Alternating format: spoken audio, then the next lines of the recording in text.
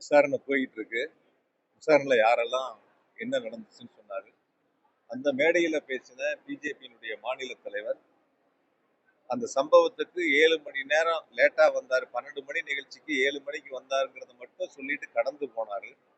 அவர் ஏன் விளக்கு அணைச்சாரு, ஏன் உள்ள போனாரு, காவல்துறை சொன்ன இடத்துல வாகனத்தை நிறுத்தாம மாற்று பாதையில ஏன் போய் உள்ள போய் கூட்ட நெரிசலை ஏற்படுத்தினாங்கிறதெல்லாம் பேசியிருந்தாருன்னா ரொம்ப நல்லா இருந்திருக்கும்.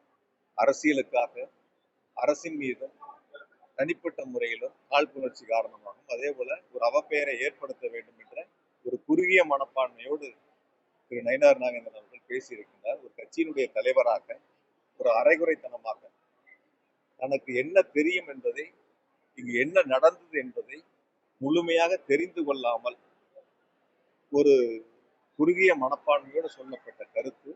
அப்படிப்பட்ட கருத்திற்கு நான் பதில் சொல்லி நேரத்தை வீணடிக்க விரும்பவில்லை. இங்க இருக்கிற மக்களுக்கு தெரியும் என்ன நடந்துச்சுன்னு, அந்த கூட்டத்துல கலந்துகிட்டவங்களுக்கு தெரியும் என்ன நடந்துச்சுன்னு.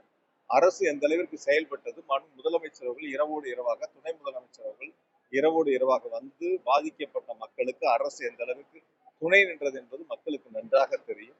அரசியலுக்காக ஒரு அற்பத்தனமான கருத்துக்களை சொல்லுகின்ற சில அரசியல் கட்சி தலைவர்களுக்கு பதில் சொல்லி என்னுடைய நேரத்தை நான் வீணடிக்க விரும்பவில்லை. இன்னைக்கு ஒரு நல்ல நிகழ்ச்சி நடந்திருக்கு. மடிக்கணினி வழங்கக்கூடிய நிகழ்ச்சி, ஒரு வரலாற்று சிறப்பு மிக்க நிகழ்ச்சி. மாணவ செல்வங்களுக்கு ஒரு பயனுள்ள ஒரு சிறப்பு வாய்ந்த திட்டத்தை முதலமைச்சர்கள் தொடங்கி வைத்திருக்கின்றார்கள்.